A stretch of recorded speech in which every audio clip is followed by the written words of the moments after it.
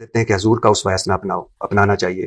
اور آپ بتاتے ہیں کہ انہوں نے پیٹ پر پتھر باندھے، ان کے گھر لگاتار 3 دن چولہا نہ جلا، آپ سو کر اٹھتے تو کمر مبارک پر پتھروں کے نشان ہوتے، آپ کا حجرہ اتنا چھوٹا ہوتا، نماز پڑھتے تو سجدے میں جاتے تو عائشہ رضی اللہ تعالیٰ ہماری والدہ جو ہیں ہماری ساری مومنین کی، ان کے پاؤں پیچھے کرنے پڑتے۔ لیکن جب آپ کی لائف دیکھتے ہیں، گاڑیاں، بڑے گھر، لینڈ کروزر، لیموزین، ابھی میں نے آپ کی ایک لندن میں دیکھی، آپ لیموزین سے اتر رہے تھے ماشاءاللہ، وہ تو میرے دوست کی تھی۔ تو نبی والی درویشی کیوں نہیں وہ آپ میں، جو ہمیں آپ بتاتے ہیں کہ ہم چھوٹے گھر بناؤ تو؟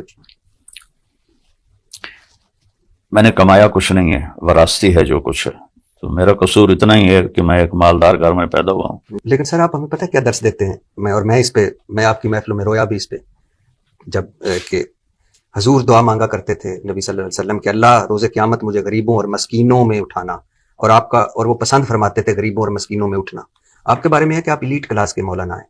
طبقہ اشرافیہ کے مولانا ہیں، آپ کمفرٹیبل فیل کرتے ہیں امیروں کو مل کر، ان کو جفیاں ڈال کر، ان کے ساتھ غریبوں کے لیے یہی ہے کہ 5-10 ہزار بندے بیٹھے ہوں، اللہ رسول کی بات پہنچائیں،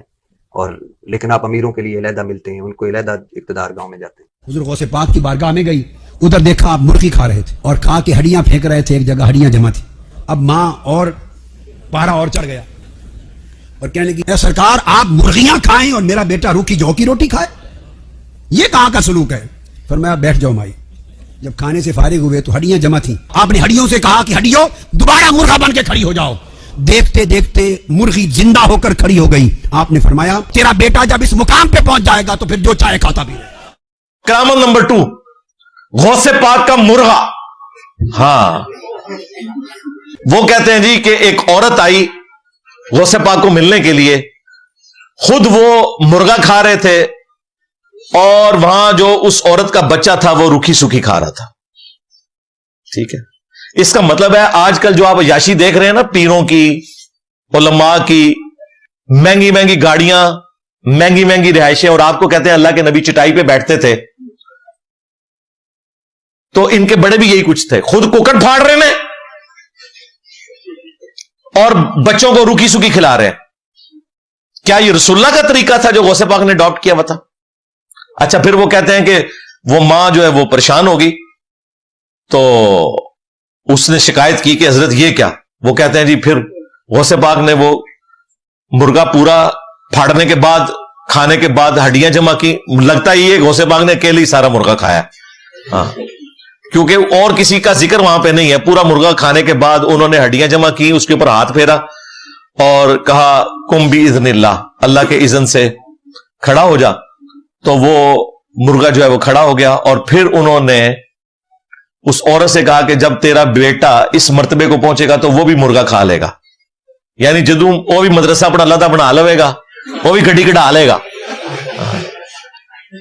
جھوٹ، یہ نبی کی تعلیمات ہے۔ کسی صحابی نے کبھی کوئی مرغا زندہ کیا یار؟ یا نبی علیہ السلام نے کبھی کوئی اس طریقے سے مرغا کھا کر زندہ کیا؟ اور کیا یہ نبی کا طریقہ ہے کہ تم لوگ خود جو ہے مہنگی مہنگی غذائیں کھاؤ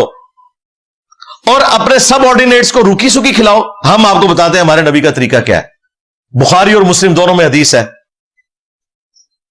جابر بن عبداللہ رضی اللہ تعالیٰ عنہ کہتے ہیں غزوہ خندق کا موقع تھا، تو ہم خندق کھود رہے تھے، ایک چٹان اتنی مضبوط آئی کہ وہ ٹوٹتی نہیں تھی، تو ہم نے نبی علیہ السلام کو جا کے شکایت کی کہ یا رسول اللہ چٹان نہیں ٹوٹ رہی۔ آپ علیہ السلام تشریف لائے، آپ علیہ السلام نے کدال اٹھایا اور کہتے ہیں کہ ایک ضرب لگائی اور وہ ساری کی ساری چٹان جو ہے بالکل ریت کی طرح بیٹھ گئی۔ نبی علیہ السلام کا معجزہ ظاہر ہوا، اور وہ کہتے ہیں کہ جب نبی علیہ السلام نے کدال اٹھائی تو آپ کے پیٹ مبارک سے وہ چادر ہٹ گئی، تو ہم نے دیکھا آپ نے پتھر باندھے ہوئے ہیں فاقے کی وجہ سے۔ تو صحابہ کرام نے کہا یا رسول اللہ، تو آپ نے فرمایا کہ 3 دن سے میں نے کوئی چیز نہیں کھائی۔ تمہارے غوث پاک مرغے پھاڑتے ہیں اور مریدوں کو روکھی سوکھی کھلاتے ہیں، ہمارا نبی وہ ہے کہ وہ صحابہ کے ساتھ خود بھی فاقے پر ہے۔ یہ فراڈ چھوڑ دو کہ یہ کہیں دین تصوف کے ماننے والے نبی کے طریقے پہ تھے، انہوں نے کبھی نبی کے طریقے پڑھے ہی نہیں، عمل کہاں سے کرنے تھے۔ اچھا، جابر بن عبداللہ نے جب یہ حالت دیکھی تو وہ فوراً اپنی بیوی کے پاس آئے اور کہا کہ کوئی اناج وغیرہ ہے، تو انہوں نے کہا کہ 1 سا رکھی ہوئی ہے گندم،